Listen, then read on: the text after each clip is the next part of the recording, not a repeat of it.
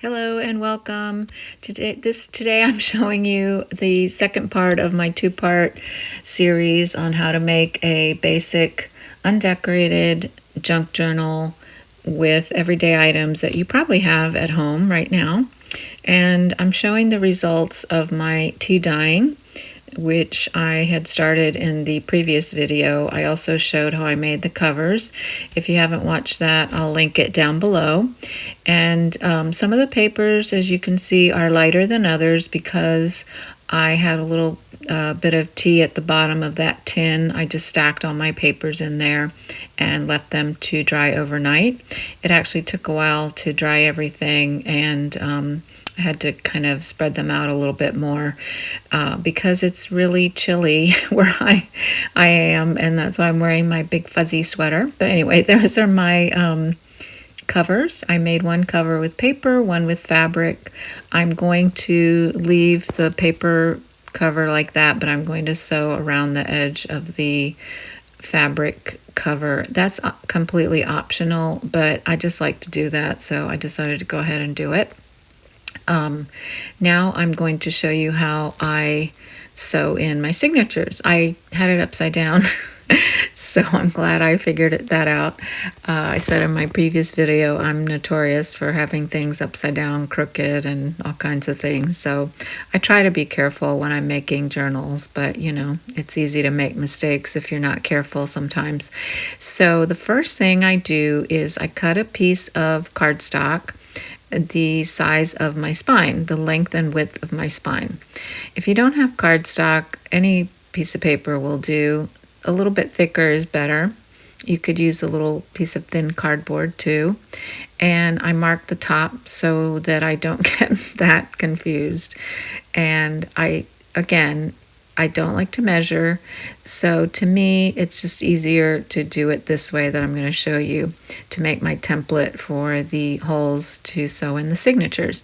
I fold that paper in half, so that's the center of my spine because I made sure that my paper was the same size as my spine.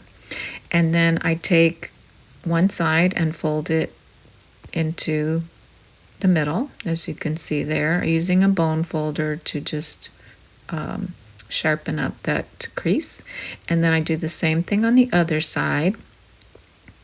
And then I have 3 equal lines. Now, this next part is actually kind of optional, but I don't know, I just learned how to do it this way, and that's how I do it. But I take out my ruler and I do draw pencil lines along those 3 creases, and then you'll see what I do next to figure out where to put the other holes. I'm going to have 3 signatures in these little journals, and odd numbers are easiest to do with this method, and so that's what I usually do. I usually make 1 or 3 signatures in my journals. I rarely do any more than 3. I made my one line crooked because I told you I'm good at doing things crooked, so I had to erase it and do it again, which is a good reason to do it in pencil. So after I make the lines there, I fold the template in half again, but this time, as you see there, and that is going to be the middle or the center hole for my signatures. And I didn't use my ruler there, I just drew a little line freehand because really it doesn't have to be perfect for me. If you want to measure everything and make it exact, definitely go for it because, you know, again, I said this in the previous video, this is your journal and you want to make it the way you like. So what I usually do, depending on the size of your journal, is I will mark the next line of holes for the signatures at either 1 inch from the bottom, 1 inch from the top, or a 1/2 inch. So again, I'm showing how I don't like to measure because I messed this up completely. But I'm leaving this in the video just because, to show you that, you know, everybody makes mistakes. So the top line, I do measure it properly at a 1/2 inch from the top. But I look and see that obviously the bottom is not the same. So I go back and fix it, but I actually still made it 1 inch, not a 1/2 an inch. And I didn't even notice that until I had already sewn in the signatures and was just reviewing the video. So there you go. I don't think it looks terrible when all said and done. I'll let you judge for yourself. So I mark those 3 the holes where the lines intersect, and that is going to be where I punch the holes for my signatures. And to me, that's the easiest way to make a template for this, because again, measuring is not my forte. I've said that a million times, but it's true, and here is actual video evidence of it. So I punched the holes right through the template and my spine of my journal. And in this video, I'm going to show you how I do the signatures, or how I sew them in for one journal, and I'll do the other one off camera because it's the exact same process. And this video is kind of long, but I thought it was important to show that. When I started out, I really wanted to watch the whole process from start to finish and to understand it and be able to do it. So I left, it's long, but I left it all in, and I do fast forward a little bit at times. So if anybody, if you want to fast forward and skip ahead, fine, that's absolutely fine. I was showing there the things that you need for the next step will be some paper clips, an awl or some kind of pokey tool, and some thread. And right now I'm just going through my papers. As you can see, I'm folding them and putting together my signatures, deciding the order of my papers. This is a matter of preference completely.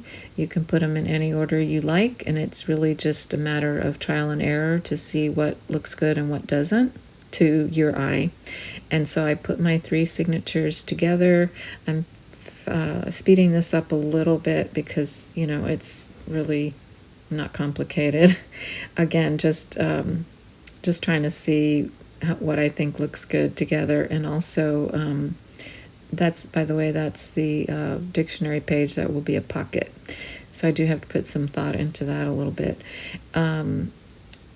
And also I want to have approximately the same number of papers in each signature. It doesn't have to be the same number, but close enough.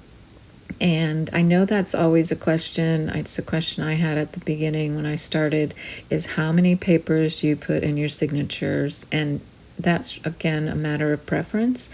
But as a very general rule, I would say about 10, but I vary that rule all the time. Sometimes I do more than 10. Very often I do more than 10. In this case, I think I did 6 or 7 papers that are folded then in half. If I'm doing a 1 signature journal, I tend to put more papers, but I max it out at 18 because then I think it just becomes too thick. But some people really like those really chunky gator mouth journals, they call them, that get really big and spread out like a gator mouth, which is why it has that name. So it's up to you how you want to do it. Just know that the more papers you use, the more difficult it might be to sew in your signatures. And if you want to, decorate and embellish the pages, it's better to have a little bit of space. Sometimes your journals look very skinny when you put them together and they're not decorated, but they become chunky very quickly. So I don't know what else to say about my paper shuffling. I think I'll just let you watch that for a minute.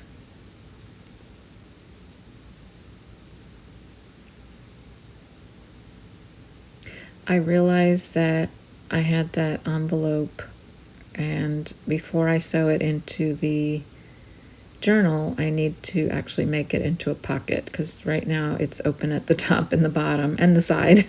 So I've got my 3 signatures, and I'm counting the papers again just to make sure that I have about the same number in each signature, and I have a couple of extra papers there.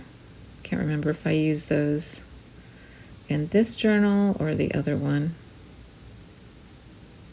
I guess I don't use them. So next I'm going to, I'm showing you that I pulled out a brown paper grocery bag and some kind of accounting ledger paper that I had also, and I'm going to use those in my journal too, because again, I don't know about the ledger paper, but brown paper grocery bags, I think most of us have probably 1 or 2 here and there, or a couple of dozen.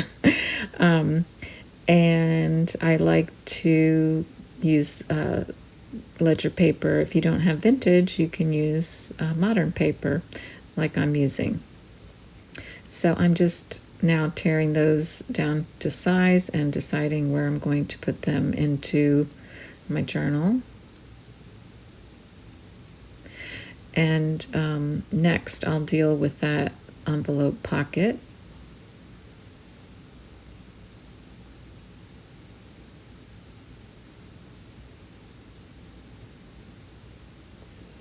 The brown paper grocery bag, the brown paper grocery bag paper, I can say it, is really nice to use because it's strong, so it takes a lot of wet medium if you're using that. And even if you're not, it just can hold a lot because it's strong and not too thin. So I like using that in my journals very often. Okay, so now I've got my signatures. Oh, no, one more. One more piece. I've got them pretty much figured out. I will get to that envelope pocket. And we're going to get there. Before we get there, I'll say very quickly, in this next step, one of the things that you may not have, or not one, but the things you may not have are the thread, the waxed thread, the awl, and the needle.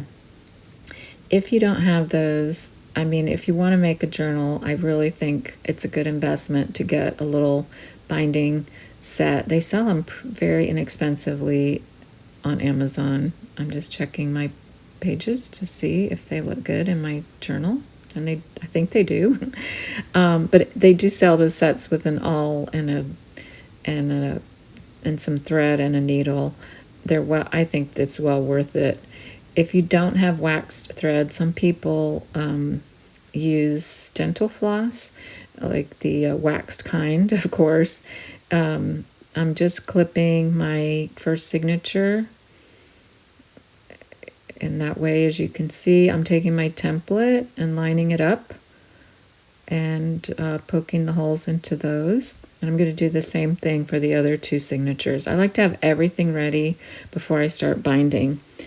To me, binding signatures in is a little bit stressful sometimes, so I just feel more prepared if I have everything ready. So what I was going to say is, if you don't want to buy or can't buy wax thread, you can also use other thread that you have at home and then just run it over a wax candle to get the wax on the thread. And the reason why it's good to use the wax thread is I'm finally dealing with that pocket, is the reason you use the wax thread is just that it grips better, and when you tie it and in a knot, as you'll see once I sew in the signatures, it just holds it a lot better and it's stronger. But I've seen people make journals without wax thread, with just regular embroidery thread or something similar. So that's not absolutely necessary either. Again, with junk journaling, there really aren't any rules. You can try anything and just see how it works. So I am trying to close up 3 sides of that pocket, or 2 sides of the pocket, and leave the top open. And I decided I had that scrap of paper left over from my cutting and tearing of the book pages, and I thought it was just right next to me, and I thought, oh, that'll look good right there as a little extra thing. I don't know, and you can see that I think it does look good. And so I just glue it on there on my envelope. I leave the flap of the envelope there, and you'll see how that works out so that I can sew it into the journal. If I close the flap, I could have just glued it to a page, but I preferred to do it this way. And then the bottom part, I'm just going to tape it. Oh, I'm going to put a little tape there too, and then I also use some masking tape on the bottom to close that up. And if you have washi tape or some other kind of decorative tape you want to use, of course you can do that. Again, I was trying to use very, very basic things that you might have so that you don't feel like you have to have, a lot of special items. And so that pocket is set, and that's how I'm going to put it into the signature, and that way it'll get sewn into the book.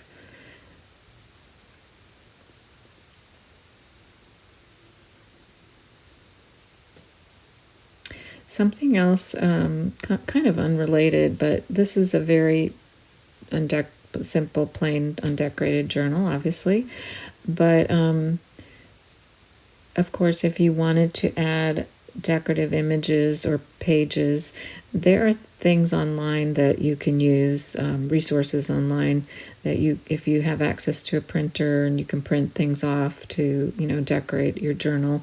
You can also use things from old books, magazines, things like that. I'm pretty sure that junk journals started out using, junk mail and other things like that you just have lying around that you would normally throw away. So don't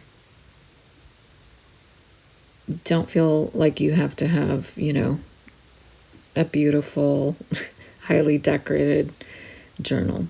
So I have my 3 signatures, and the holes are all punched in. They match the spine, hopefully. No, they really do. And I'm ready to sew. I take 3 lengths of the height of the journal. I'll have some extra thread left over, but I like to have a lot left over because there's nothing worse than having not enough thread. You just have to start all over again if you're sewing in a signature and your thread is too short. So that's why I like to make sure I have plenty. So you take you obviously thread your needle and put the thread into the inside middle of your signature. And you can start in the front or the back. It's just a matter of preference again. And you make sure that you put your needle through and your thread through that center hole in your spine. And I'm starting with the first signature, so I'm putting it in the first hole. And you can go to the top or the bottom. It doesn't make a difference. I'm going to the top hole of my first signature from the outside in. And then I'm going to skip the middle and go down to the bottom from the inside through the spine. Pull that out, and then I'm going to go through the middle again. The way I do it is to go through the spine part first. As you see there, I'm going through the spine part, and then I'll go through the paper part. Some people can go through both at the same time. I can never do that, so this is the way I do it. One thing that you have to be very careful of is not to catch your needle in the thread that's already there, because that's going to cause you problems. And I actually do that in the second signature, so you'll see how I deal with that, but it's really best not to do it. But it can be fixed usually if you do it. Just try to avoid it. So that's it. I'm going to take the needle out, and I'll put one thread on one side of that middle thread and one on the other, and then I'm going to tighten everything before I tie it off. So I'm going to basically pull all my threads taut, and you want it to be taut but not too taut. You don't want it to be like so flimsy that it's moving around a lot, but you also don't want to pull it too terribly tight, because then it can tear your paper, and it can be hard to open your pages in your journal if it's too tight. So we just tie a double knot, and you can cut off those extra threads, or if you wanted to tie a charm or buttons or something, or beads at the end of that string, you can leave it long like that. And I've made journals like that before too, but in this case I'm not going to do that. I'm going to cut it off. So I have these big paper clips, and so I clip that there just to keep it out of the way. It helps a little bit. I've said this before, and it's absolutely true. I am a very awkward sewer of signatures, and so whatever I can do to help the process be less awkward, I try to do, and that's one thing that helps. So I'm going to show the process one more time in real time, and then I'll speed it up and show you the third signature, but in a sped up version just a little bit. Again, if you don't want to watch all of this, of course, feel free to fast forward at any time through any of my videos. So you go through the center hole. Make sure you go through that center hole in your spine in the right place. And I forgot to say this before, I usually tuck my thread into that paper clip, and just make sure I'm constantly making sure that I am doing the right thing. I'm going to go to the bottom hole this time to show you that it doesn't make any difference whether you go to the top or the bottom. And I go through the spine and then the paper. Then I'm going to skip that middle hole and go up to the top hole, and my needle got a little stuck there. Again, awkward. So then go up to the top hole and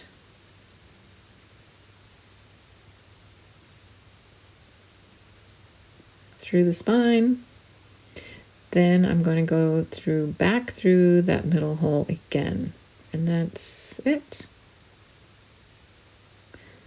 This is where I catch my thread. I try not to, and I thought I had not done it, but you'll see that I do get my needle caught up in the other thread.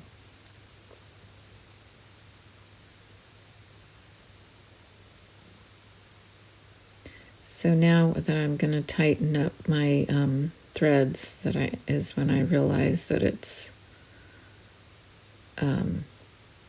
a little bit messed up. There you can see how I stuck the needle through the thread and got my threads tangled up. And I fix it, but then as you'll see, it happened again. But fortunately, it can be fixed, as you can see. So I'm just pulling all those threads taut, and I realize that my thread is a little bit tangled up again. So I just go back and I use my awl to separate the threads.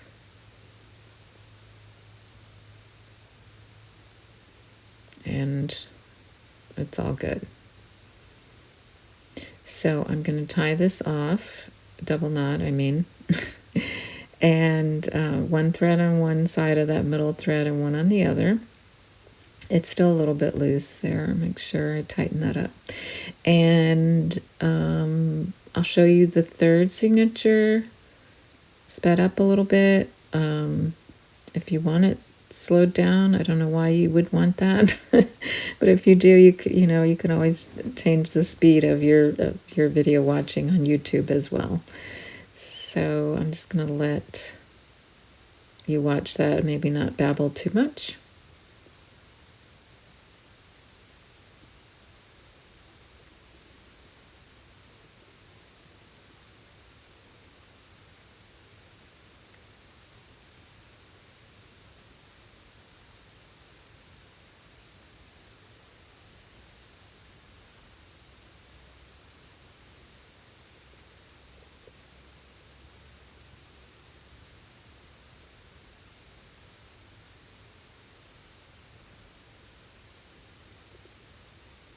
With this last signature, I think everything goes fairly smoothly.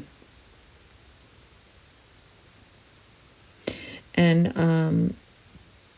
I mentioned this, I think it was in the previous video, that I made my template for the whole, or was it at the beginning of this video? I can't even remember, sorry. But I mentioned it previously that I messed up my template and I made the top hole 1/2 inch from the top and the bottom hole 1 inch from the bottom. So I normally do, that's the first time I made that mistake. I've made just about every mistake you can make with journal making. So that's a new one. But so you probably noticed that. But it honestly, I mean, it's crazy that I did that, but it honestly doesn't really bother me. And since it's a little journal for myself, it doesn't bother me at all. I'm just flipping through to show you the pages and how it looks. Little pocket there, and the flap of that envelope is sticking out, so I'll probably glue that down. And anyway, I'm really happy with the way it turned out. I think it's really cute, simple, but really nice, I think. And I'm going to attach that pocket somewhere. That's the other half of that envelope. I remembered that I had those other pockets with the dictionary pages, and I decided to staple those. I do that fairly often. I'll staple things closed like that. I think it makes a kind of a nice little different touch. Back with my two little journals, I just wanted to show you how I finish them off. I like to have some sort of closure just to make them look nice when I'm not using journals. So it could be something simple as ribbon, or even a scrap of fabric. If you don't have ribbon, you can tear it thin and just wrap it around. I've even used shoelaces, extra shoelaces that I got from a pair of shoes that I didn't use. So anyway, this is some sari silk ribbon. I had this little scrap and I thought it matched well. Here's my little book. It looks the same, except that I glued that little envelope pocket in the back just with some glue. And I decided to put it back here to hold extra little bits of pieces of things, and I can decorate the pocket. And then I finished off this one, same thing, some sari silk. I fixed the binding to be more even, although honestly it really doesn't matter. It doesn't make a big difference to me. If you look at it like this, I don't think it looks terrible. So I had some red thread that I used for that one, and I used some, I wanted to try something different, so I used, hold on, some food coloring. I just had this package in my pantry, and it just has like 3 colors in it. I thought this would be more pinky. It actually is kind of pink, but it looked purple at first too. It looks more purple in certain spots. But anyway, I used this with some water, and I did the same thing. I brushed the colored water on here, and I even threw in some of the leftover tea that I had, because that's how I do things. I like to just throw things in, mix them up. I added a map page to just put a little extra pieces in here, and I had these index cards already printed, so I threw them in, and pretty much looks the same inside as the other one, except it's like a pinky purpley color, and has, other than the map pages, I think it has pretty much the same types of papers. So that's my project this time. I hope you enjoyed it. Thanks for watching. See you next time.